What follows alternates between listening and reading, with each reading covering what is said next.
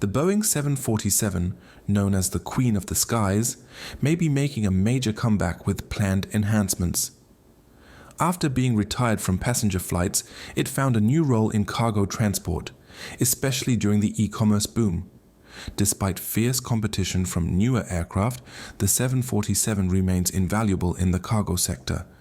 Its future looks promising for government use and freight, even if it never returns to commercial air travel. There is a possibility that the Boeing 747, also known as the Queen of the Skies, may be returning to its rightful place. For more than 5 years, carriers have not prioritized this aircraft that is beloved by fans. However, this is about to change. This is due to the fact that the Boeing 747, which was renowned for its revolutionary impact on the aviation industry, is on the brink of undergoing some critical improvements. These improvements are positioning the aircraft for a significant revival after years of operating without a single passenger program. Therefore, we should commence. The 747 was unparalleled in its capacity to transport an unprecedented number of passengers, thereby reducing the cost of individual flights. It was capable of flying intercontinental routes in a comfortable manner. This was accomplished as a result of the 747's 4 engines. It is crucial to recognize that the 747 was initially intended to serve as a military aircraft, similar to the Boeing 707, and was intended to be capable of being converted into a freighter aircraft. Nevertheless, carriers determined that the 747 was a viable option for long-haul commercial travel as a result of changes in market demands, particularly the increasing number of commercial flights. The 747-200, the second variant, was particularly advantageous due to its superior engines, which enabled it to access an even greater range and a more advanced payload. This second variant was of particular significance because it provided carriers with additional options that they had never had before. Carriers have the option of providing a dual carriage option that includes both passengers and cargo, or they can reposition the accommodation to transform the aircraft into a full-service freighter. It provided a distinctive advantage to carriers that selected the 747. It facilitated their ability to continually adjust to market conditions and maximize profits.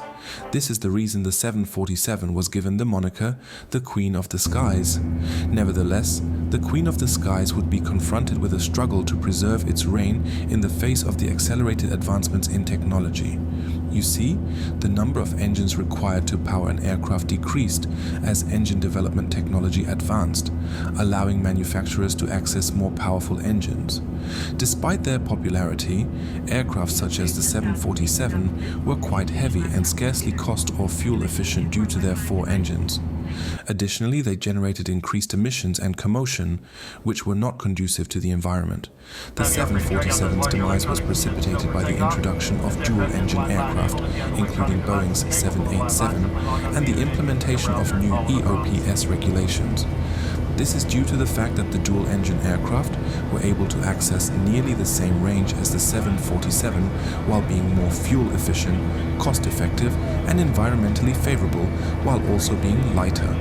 However, that is not the only advantage of dual-engine aircraft. They were also sufficiently diminutive to gain direct access to airports that would have been unattainable for 747s. Additionally, the implementation of new EOPS regulations permitted dual-engine aircraft to operate on a single engine for an extended period. This action nearly resulted in the demise of the 747 and quad jets in general. We use the term almost because the 747 encountered less competition in one aspect of air travel. In fact, this has maintained their presence in the heavens to this day, and it appears that the 747 is poised for a significant comeback. The 747 was initially constructed for a specific purpose, which is now becoming profitable in the aviation market. The 747 was positioned for a significant revival as a result of this purpose, which was cargo transportation. Lanza and other carriers soon recognized that they could customize the cabins of their 747 aircraft to meet the demands of the market. Consequently, the 747 became a popular choice for cargo transportation. This was a result of its design and enormous size, which enabled it to better accommodate cargo than the majority of its competitors. Additionally, the snout door loading feature facilitated the loading and unloading of exceptionally large cargo. Therefore, a significant number of airlines capitalized on their seating capacity to increase their cargo capacity. Boeing promptly recognized this trend and introduced the 747-8F, a new freighter variant, in 2005. The 747-8F was able to transport an additional 7 conventional air cargo containers due to a 16% increase in payload compared to its predecessor, the 747-400. Boeing's decision to increase the demand for cargo aircraft was a brilliant one, as the COVID-19 pandemic had a detrimental impact on passenger travel. This is primarily due to the unprecedented development of e-commerce, which necessitated the fastest method of transporting goods across countries: flights. The majority of individuals were confined to their homes, and what greater method to accomplish this than by employing cargo planes? Currently, you are contemplating the possibility of sea freight. Is it not less expensive than air freight? Yes, you are correct. However, the pandemic significantly disrupted the supply chain by sea, and the Suez Canal, which is a critical component of the supply chain by sea, was obstructed by a container ship. Despite the fact that these events were detrimental to others, they provided a substantial positive impact on the 747. Before the pandemic, it appeared that the Queen of the Skies was on the brink of complete decline, as numerous carriers were either retiring or grounding their aircraft. However, in the wake of the widespread adoption of online purchasing, numerous airlines have been cleaning up their 747 fleet and either leasing them to carriers that specialize in cargo transport or using them for their own purposes. However, the 747 continues to encounter challenges with respect to fuel consumption, pollution, and carbon emissions, despite the aforementioned benefits. This has consistently impeded the aircraft's advancement and will continue to do so. Therefore, what measures can Boeing implement to guarantee that the 747 is effectively utilized and does not abruptly disappear? The 747 production ceased this year after a 50-year run, with the final 747-8 being delivered to Atlas Air in January 2023. Therefore, although it appears that Boeing has retired the 747s, this does not necessarily imply that the aircraft cannot continue to find a position in the aviation industry. In reality, it has already done so in numerous ways.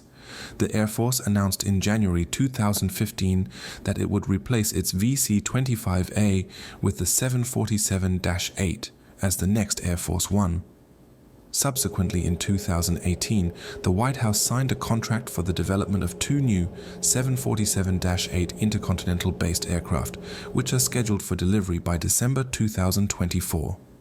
However, the 747 is also popular among governments, as evidenced by the fact that Kuwait, Morocco, Saudi Arabia, and Brunei all possess a government 747-8 intercontinental aircraft. This is in addition to its military applications. In the past, Boeing has engaged in discussions regarding potential strategies to enhance the 747's competitiveness.